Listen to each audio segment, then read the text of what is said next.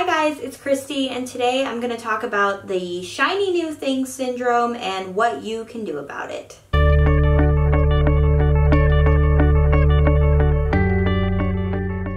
So shiny new thing syndrome, as I'm referring to it, is when you're in the middle of a project and a new idea hits you and it's so shiny and exciting, and it can either distract you from your current project, or you might abandon your current project altogether to start on this new idea. I've struggled with this issue myself. So I might get a new idea from a dream or a song I was listening to, or it might be a personal experience I've had in my life that I really want to work through in story form. And it's always a good thing to have new ideas that you're excited about. But the problem came when I got so distracted in my current story that I had trouble finishing it. And my writing would flounder for days or weeks on end, and my creative energy for the project I was working on would sort of just drift off. And I found like I wasn't fully invested in the story I was writing anymore. And you might say, hey, well that's alright, that's not the story I'm supposed to be writing right now. Maybe this new idea is the story I should be writing. But the problem with that is when it happens again and again, and it's a never-ending series of events where you're never finishing anything because you're always distracted by this new story idea.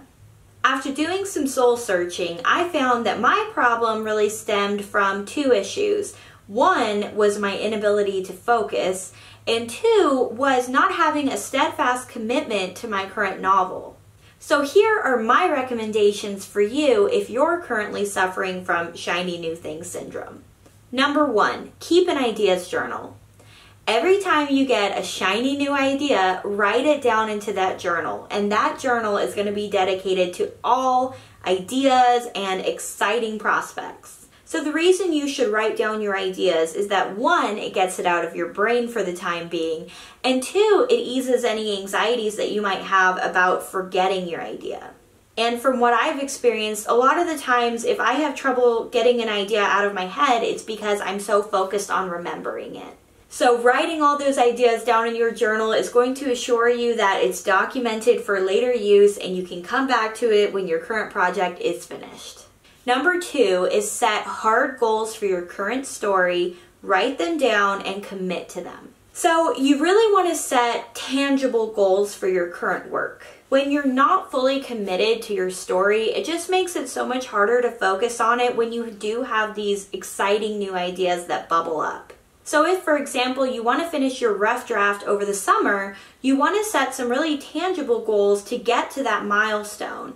So maybe you want to set a date for when your outline is going to be finished. Maybe you want to do a word count goal for yourself every day or every week during that time. Or maybe you want to set yourself a chapter goal per month so that you know how you're going to get to that ultimate goal of finishing your rough draft. You also want to make sure that you write these goals down in a planner or on your calendar so you keep that visibility. So number three is to meditate. And I know a lot of people can get turned off by meditating. I definitely have too. But for people with problems focusing or with overactive brains, meditation is really about learning to control the mind, to slow down and relax. And I think if you can get into the habit of learning to tell your brain, now is the time to sit down and meditate, that ultimately you're going to have the skills to say, I am focusing on this story and not that one. Right now, I am sitting down to tell this story here in front of me. So number four is committing to a consistent writing schedule.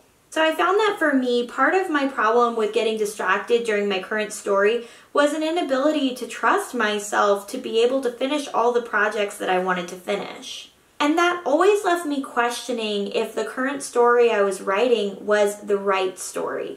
It was like I was asking myself, if you can only write one novel in your lifetime, what is the story that you really want to be telling?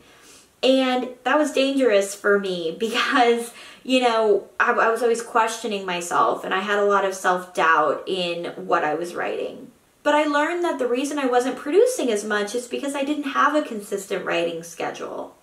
And once I started structuring my writing into every single day, I started producing a lot more. And I started having a lot more faith and trust in myself that I was going to be able to finish all of these projects. Because every goal, no matter how big, is better achieved by consistently chipping away at it, even if it's in smaller increments at a time.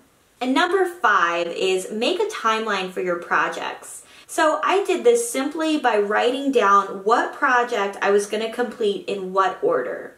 And this was a really good practice in visualizing the completion of these stories I wanted to tell. And it's also very motivating for me to finish the story I'm working on because I can see the next one that I get to write and I'm so excited about it. So hopefully these tips were helpful for you in overcoming your shiny new thing syndrome. If you enjoyed it, please give it a thumbs up. And if you also suffer from shiny new thing syndrome, please let me know it's not just me and leave a comment down below. And if you're interested in watching more of my videos about writing, please subscribe to my channel. I make new videos every single week. And until next time, bye.